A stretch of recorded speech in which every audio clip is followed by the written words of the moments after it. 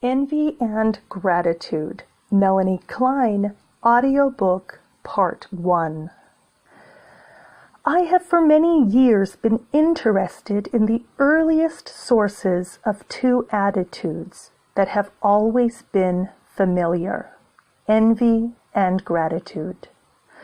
I arrived at the conclusion that envy is a most potent factor in undermining feelings of love and gratitude at their root, since it affects the earliest relation of all, that to the mother. The fundamental importance of this relation for the individual's whole emotional life has been substantiated in a number of psychoanalytic writings, and I think that by exploring further a particular factor that can be very disturbing at this early stage, I have added something of significance to my findings concerning infantile development and personality formation. Here I intend to make some further suggestions concerning the earliest emotional life of the infant, and also to draw some conclusions about adulthood and mental health. It is inherent in Freud's discoveries that the exploration of the patient's past, of his childhood, and of his unconscious is a precondition for understanding his adult personality. Freud discovered the Oedipus complex in the adult and reconstructed from such material not only details of the Oedipus complex, but also its timing. Abraham's findings have added considerably to this approach, which has become characteristic of the psychoanalytic method. We should also remember that according to Freud, the conscious part of the mind develops out of the unconscious. Therefore, in tracing to early infancy, material that I found first of all in the analysis of young children and subsequently in that of adults, I follow the procedure now familiar in psychoanalysis. Observations of young children soon confirmed Freud's findings.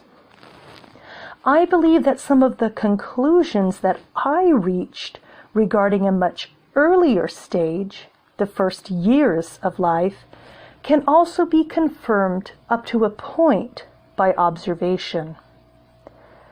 The right, indeed the necessity, to reconstruct from the material presented to us by our patients details and data about early stages is most convincingly described by Freud in the following passage.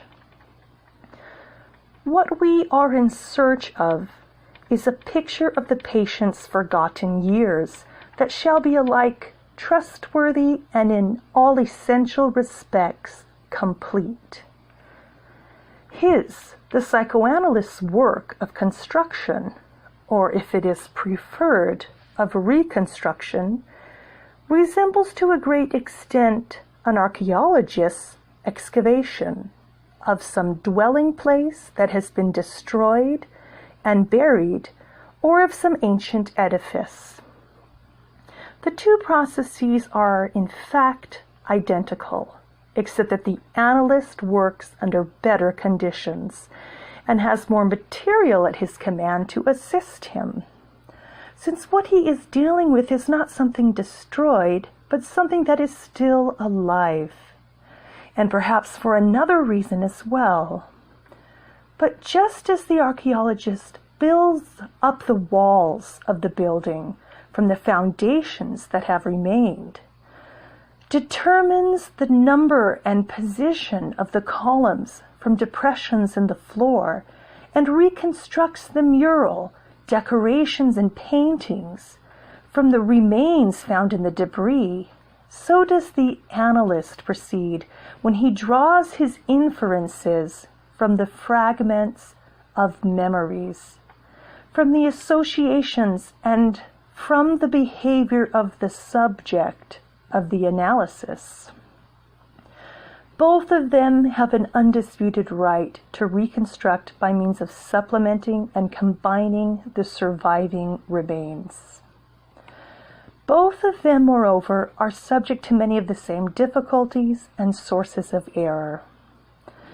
The analyst, as we have said, works under more favorable conditions than the archaeologist, since he has at his disposal material which can have no counterpart in excavations, such as the repetition of reactions dating from infancy, and all that is indicated by the transference in connection with these repetitions. All of the essentials are preserved.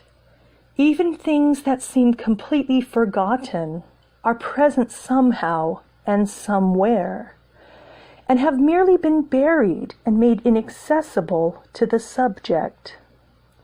Indeed, it may, as we know, be doubted whether any psychical structure can really be the victim of total destruction. It depends only upon analytic technique whether we shall succeed in bringing what is concealed completely to light.